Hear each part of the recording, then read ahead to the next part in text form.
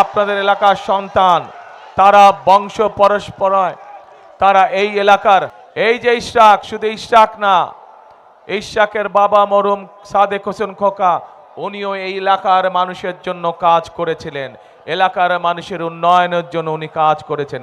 ইনশাল্লাহ ইশরাকও আপনাদের এলাকার সন্তান, ইশরাকও এই এলাকার মানুষের সমস্যার সমাধানে কাজ করবে। এখন প্রিয় ভাই বোনেরা, ভোট তো বাংলাদেশের মানুষ দিবে, কিন্তু ভোট দেওয়ার সাথে সাথেই আমাদের যেমন গণতন্ত্রের ভিত্তি আস্তে আস্তে শক্তিশালী হবে, কিন্তু একই সাথে আমাদেরকে শুধু ভোট দিলেই চলবে না, ভোট দেওয়ার সাথে সাথে আমাদেরকে দেশ গঠনের কাজে হাত দিতে হবে। এই যে আপনাদের সন্তান ইশরাক হোসেন, ধানের শীষের প্রার্থী ইশরাক হোসেন, তার হাতে আমি আজকে আনুষ্ঠানিকভাবে ধানের শীষ তুলে দিলাম। আপনাদের এলাকার সন্তান, তারা বংশ পরস্পরায়, তারা এই এলাকার,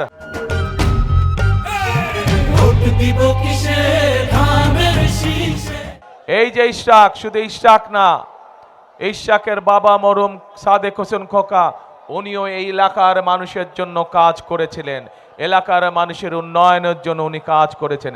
ইনশাল্লাহ ইশরাকও আপনাদের এলাকার সন্তান, ইশরাকও এই এলাকার মানুষের সমস্যার সমাধানে কাজ করবে, এলাকার মানুষের বিপদ আপদে থাকবে।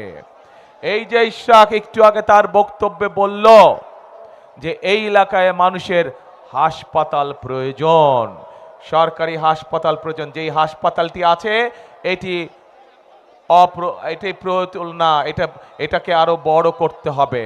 ইনশাআল্লাহ বাংলাদেশের মানুষের সমর্থনে বিএনপি আগামী দিনে সরকার গঠন করলে আমরা আপনাদের যে সরকারি হাসপাতাল আছে, এই হাসপাতালকে ইনশাআল্লাহ আমরা শয্যা সংখ্যা বৃদ্ধি করব, যাতে এই এলাকার মানুষ সহজেই চিকিৎসা সুবিধা পেতে পারে। প্রিয় ভাই বোনেরা, এই এলাকার আরেকটি বড় সমস্যা আছে। এই সমস্যা শুধু এই এলাকার নয়, এই সমস্যা সমগ্র ঢাকা শহরের। সেটি হচ্ছে বুড়িগঙ্গা নদী। এই বুড়িগঙ্গা নদীকে আমাদেরকে ঠিক করতে হবে। বুড়িগঙ্গা নদীর পানি সম্পূর্ণভাবে কলুষিত হয়ে গিয়েছে। এই বুড়িগঙ্গা নদীকে আমাদের সুন্দর করে আবার পরিষ্কার করতে হবে, যাতে এই এলাকার মানুষ যেই বুড়িগঙ্গাকে নিয়ে গর্ব করত, সেই আমরা গর্বকে যাতে আবার ফিরিয়ে আনতে পারি। প্রিয় ভাই বোনেরা, এই এলাকার আরেকটি সমস্যা আছে। সেই সমস্যাটি হচ্ছে এলাকার মানুষের কর্মসংস্থানের সমস্যা।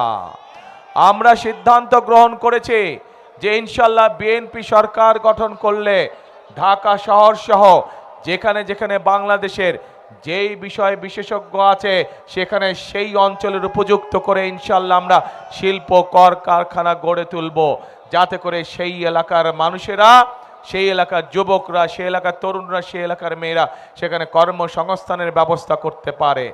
একই সাথে আমি খবর নিয়ে জেনেছি এই এলাকার মানুষ বিভিন্ন টেকনিক্যাল কলেজ এবং ভোকেশনাল ইনস্টিটিউশন চায়। এলাকার যারা শিক্ষিত ছেলেরা আছে, মেয়েরা আছে, তাদেরকে দক্ষভাবে গড়ে তোলার জন্য এরই ভিতরে আমরা পরিকল্পনা গ্রহণ করেছি যে বিএনপি ইনশাল্লাহ সরকার গঠন করলে শুধু ঢাকা 6ই নয়, আমরা সমগ্র বাংলাদেশে পর্যায়ক্রমিকভাবে সব জায়গায়, সব অঞ্চলে, ওই অঞ্চলের উপযোগী করে আমরা ভোকেশনাল ইনস্টিটিউট, টেকনিক্যাল ইনস্টিটিউট, আইটিতে যে আমাদের ছেলেমেয়েরা কাজ করে তাদেরকে বিভিন্ন বিষয়ে ট্রেনিং দেওয়ার জন্য আমরা এই প্রতিষ্ঠানগুলি গড়ে তুলব। আমরা আমাদের ছেলেমেয়েদেরকে দক্ষ নাগরিক হিসাবে গড়ে তুলব, যাতে করে তারা দেশেই হোক বিদেশে হোক, যাতে তারা কর্মসংস্থানের ব্যবস্থা করতে পারে।